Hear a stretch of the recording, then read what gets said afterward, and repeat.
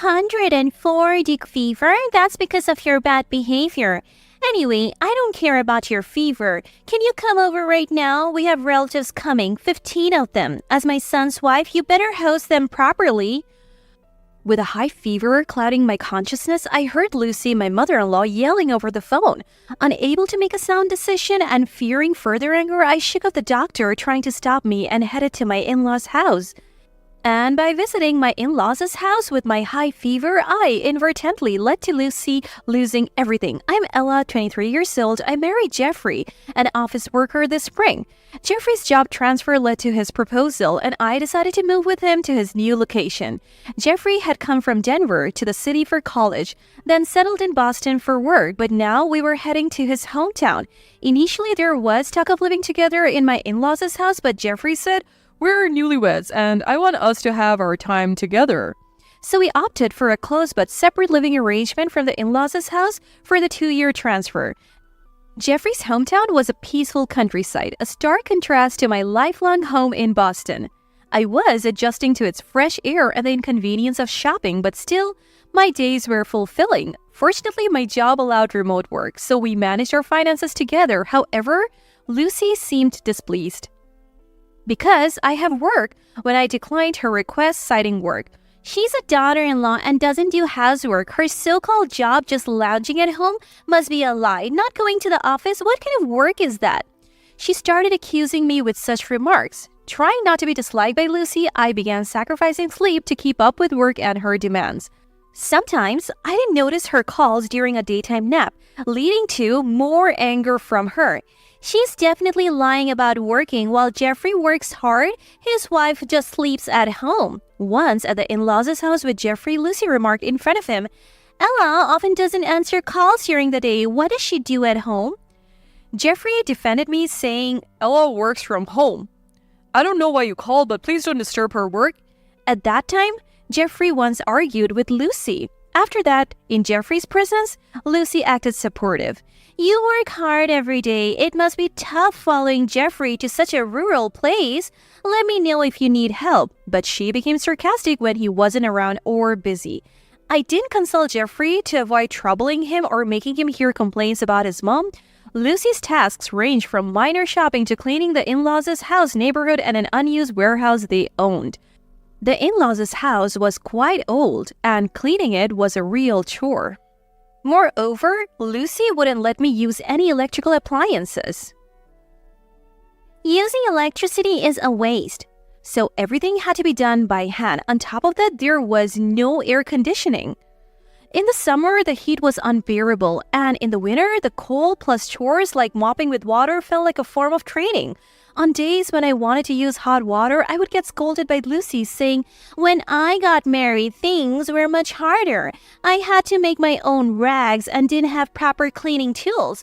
I fulfill my duties as a wife like that, and yet all you do is complain? Can't you even clean properly?" Crushed by her words, all I could master was a meek, I'm sorry." All I could reply was one word. One day, following Lucy's instructions, I went shopping at a supermarket a little far away. It was a hot summer day since Lucy always said, "There is no place to park your car." I would go home first on shopping days, leave the car, and then walk to the in-laws' house. That day, after buying a lot of groceries, I went back home. Carrying several bags, I headed to the in-laws' house, about a 20-minute walk away. The summer heat and constant fatigue made me feel faint, and by the time I reached the in-laws' house, Lucy was out and the door was locked. When I called her, she didn't answer for a long time. "Don't call me so many times. I'm busy unlike you." And when she finally did, she yelled this at me. "I'm sorry, some of the groceries include meat, so I thought it would be better to put them in the fridge quickly." I explained. "Just wait there, I'll be back soon," she said, so I waited at the entrance, but Lucy never came back, and with a meet in mind, I left her a message and went back home. This angered Lucy. I was feeling unwell, so after storing the groceries in the fridge, I lay down in the bedroom. I was asleep when I was awakened by a loud knocking at the front door. "Ella, I know you're in there, come out." Lucy was shouting. Startled, I rushed to the front door. "You! I told you to wait, didn't I? Why did you go home on your own?" I'm sorry, I left a message, but it's hot outside and I thought the meat would spoil. Message? I'm too busy to look at my phone. Were you trying to steal the groceries I paid for? No, everything is stored in the fridge. Please take them with you. What? You expect me to carry the groceries? Who do you think you are? Unable to respond to Lucy's rant, I just kept apologizing. Then suddenly, I heard Jeffrey's voice. Mom, what are you doing? He had just come home. Jeffrey, I asked Ella to do the shopping, but she didn't bring anything back, so I thought something had happened and came here. Lucy's momentum waned with Jeffrey's arrival, but she glanced at me with a look that said, "Keep the story straight." A bit overwhelmed by the heat, I went home to rest. I thought I sent Lucy a message, but it seems it didn't go through properly. As I awkwardly tried to cover up, Jeffrey sighed deeply. Mom, Ella said she has work, right? Why didn't you go shopping by yourself? No, that's not it. There was a lot to buy today, and I offered to help after hearing that. Well, I'll believe you, since Ella said so much, but you came all the way here and yelled at her, right? It's a nuisance to the neighbors, so please don't do it again. Jeffrey said sternly to Lucy, and Lucy, in a small voice, muttered, "Sorry." That day, after Jeffrey drove Lucy and the luggage to his parents' house and returned, he asked, Was everything really okay? Did anything unpleasant happen while I was gone? I simply told him, no, everything's fine. And citing feeling unwell, I went to bed early. After that, for a while, there were no calls from Lucy, but as autumn passed, she started asking for my help again. This time, however, she didn't ask for cleaning, just shopping. Transporting things from our house to the in-laws' house was a hassle, but it was much easier compared to cleaning, which was a relief. But as winter deepened towards the end of the year, I was asked to clean again. Lucy mentioned it was for the New Year's big cleanup, since they had almost stopped cleaning after they stopped asking me. The unused rooms, attic, and storage of the in-laws' house were in a terrible state. I was called day after day enduring the cold and cleaning everything with cold water. Around this time, my work also became very busy, and I was getting less than 4 hours of sleep a day. After about a week of this, I caught a bad cold and developed a high fever right on New Year's Eve. After seeing Jeffrey off to work, I was about to head to the in-laws' house, but I collapsed on the spot with dizziness. I managed to call an ambulance with my phone and was rushed to the hospital. I was nearly diagnosed with pneumonia and had to be hospitalized immediately.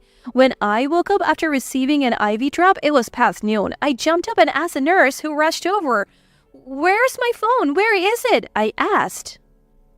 The nurse, looking puzzled, handed me my phone. "Why didn't you come to the hospital before it got this bad? You were on the verge of pneumonia. Please rest for a while. Will you contact your family yourself?" she asked. Noting silently, I checked my phone and, as expected, found several missed calls from Lucy. When I called back in a hurry, Lucy answered immediately. "Where are you right now?" Surprised by her voice on the phone, I explained the situation. "I'm sorry, I seem to have caught a bad cold and am currently receiving treatment at the hospital. They said I'm on the verge of pneumonia and need to stay." "Hospitalized? It's just a cold, isn't it? Relatives are gathering at our house." "But I have a fever of 104 degrees. 104 degrees fever? That's because of your bad behavior. Anyway, your fever doesn't matter. Come here right now. Relatives are coming. 15 people. You're a daughter-in-law. You should properly host them." Lucy's shouting could be heard from the cell phone, and a nearby nurse frowned, but I, dazed, responded, "Sorry, I'll be right back," and hung up. "Do you know you need to be hospitalized? You're saying you'll be right back?" "But I have to go back. All the relatives are there, and as his wife, I can't be absent. Lucy will get mad."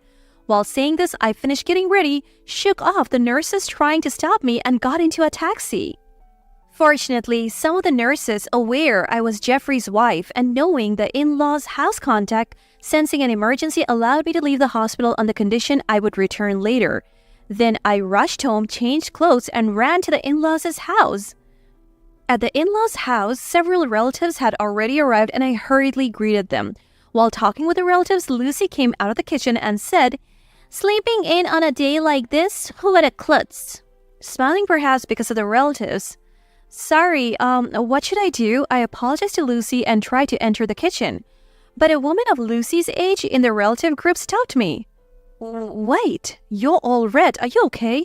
I'm fine. Just a bit of a cold. A cold?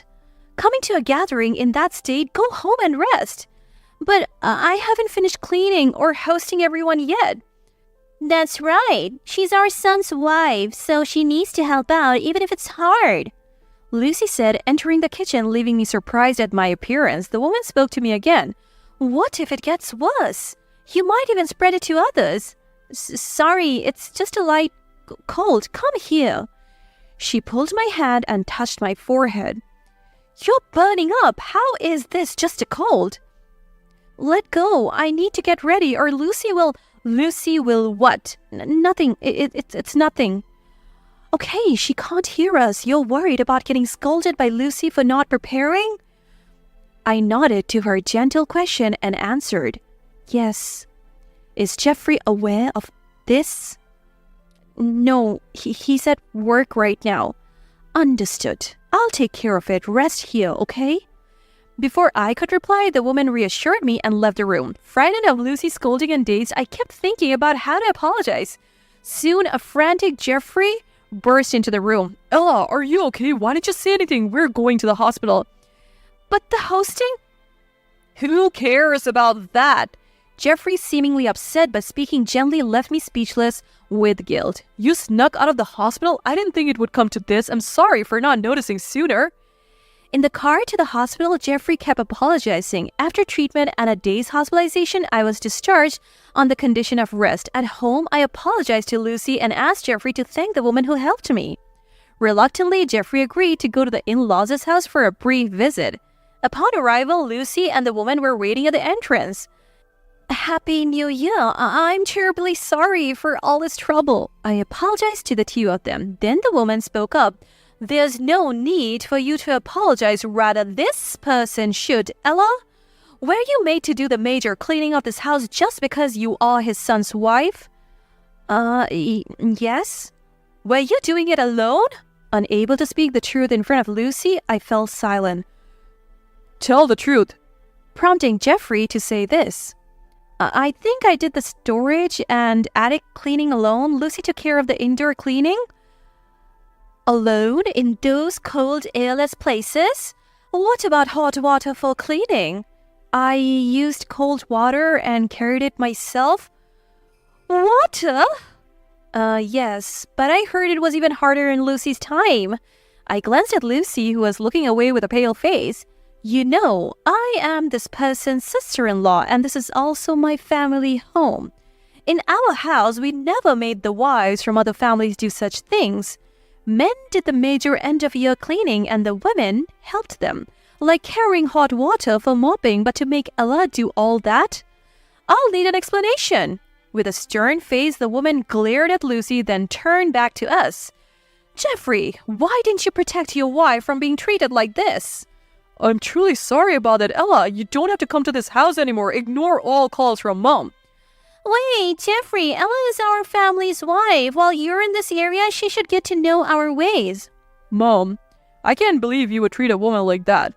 My wife, no less. I'm speechless with disgust. It was for Ella's sake. Ella married me, not this house. She didn't marry to do chores here. We're moving back to Boston in the spring. I hoped we could maintain a good relationship until then, but it's impossible. I won't come here anymore. If there's something important, contact me, not Ella. But Jeffrey, to your own family home? I'm ashamed to call this place home if my wife is treated like that. And thank you for everything. We'll be leaving now. Following Jeffrey, I bowed and left. I rested over the new year and fully recovered.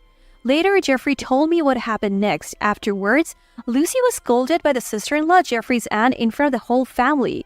As punishment, she had to finish the cleaning I left, supervised by the aunt.